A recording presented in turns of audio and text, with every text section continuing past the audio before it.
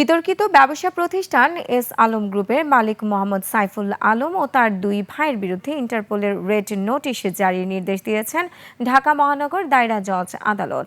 দুদকের আবেদনের পরিপ্রেক্ষিতে এ আদেশ দেন আদালত। ব্রিফিংয়ে দুদক মহাপরিচালক আক্তার হোসেন আরও জানান, পাচার হওয়া টাকা ফেরত আনতে দুদকের সঙ্গে বাংলাদেশ ব্যাংক সহ সংশ্লিষ্ট সব প্রতিষ্ঠান তৎপর রয়েছে। বিস্তারিত সুমাইয়া খানের রিপোর্টে।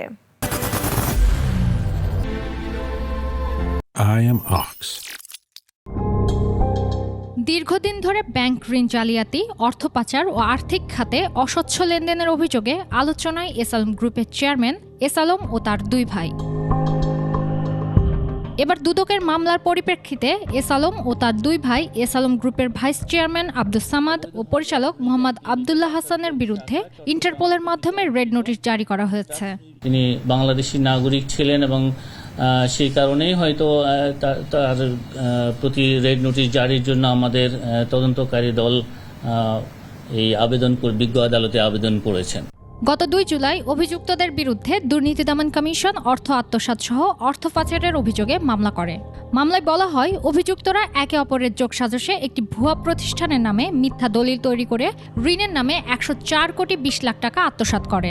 এছাড়া S Alam super edible oil limited নামে 340 কোটি টাকা পাচার করে।